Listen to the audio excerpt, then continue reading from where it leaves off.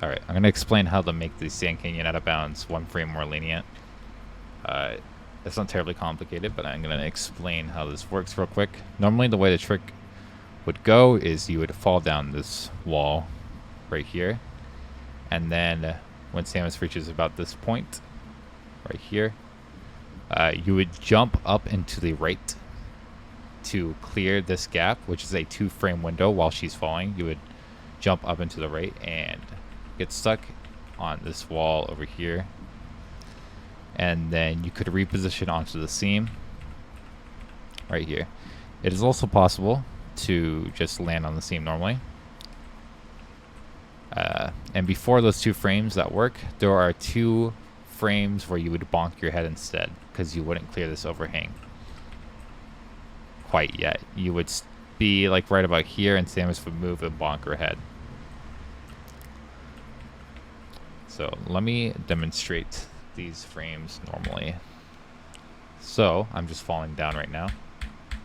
This would be the frame before the 2 first working frames. If I hold upright and jump right now, I will bonk my head, my stupid little head, and fall.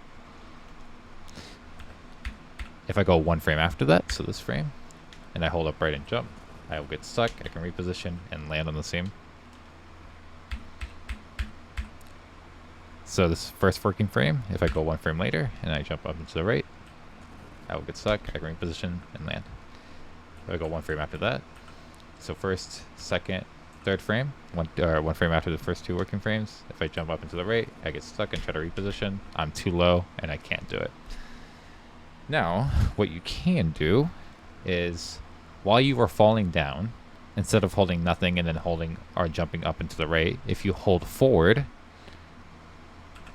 then Samus, let me show you on Prime World Editor, Samus will move up against this wall like this, and then as she's falling against this lip, she will move forward a little bit like this, and that will give you just enough clearance on this frame to jump forward and then switch to upright and either get stuck in this collision or clip onto the seam.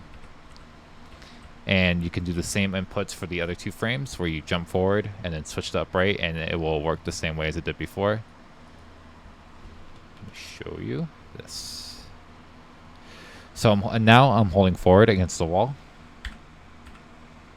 And this is the frame that used to bonk. If I hold forward and then switch to upright, I will land on the seam. I didn't even have to reposition. I just landed on the seam, and now I can jump out of bounds. And the other 2 frames would work as intended. I guess I can show one of them. Both of them.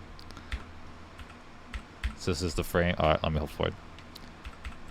So this frame is the one I just showed working that used to bonk. This is the first working frame. Reposition. I'm going to hold forward again. Second working frame. Jump. Hold forward. Hold on a second. I didn't reposition in time. Hold forward. 1, 2. And then reposition onto the seam. So that's just an easy way to make the trick a little bit more lenient. Still difficult, but definitely an improvement.